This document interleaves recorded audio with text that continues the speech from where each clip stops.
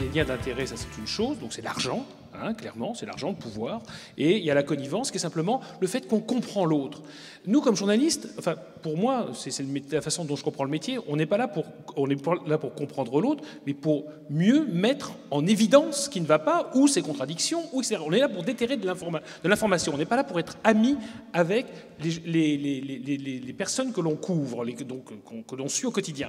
Et moi, je vois bien, par exemple, un truc qui me frappe, et qui me frappe toujours à Bruxelles, c'est quand il y a le caravansérail élyséen qui arrive. Vous savez que les accrédités à l'Élysée donc, sont pris en charge par l'Élysée, par une association de journalistes qui travaille avec l'Élysée pour accompagner le président dans l'ensemble de ses déplacements.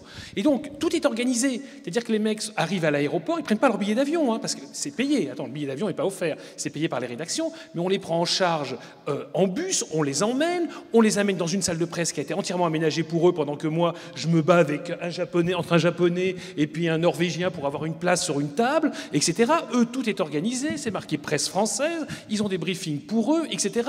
Tout le monde tutoie tout le monde. Le soir, ils vont dîner ensemble avec le porte-parole de l'Élysée. Et puis vous, qui êtes évidemment en dehors du milieu, vous dites, mais je suis dans quel monde? Ça n'existe absolument dans aucun autre pays, je le dis très clairement.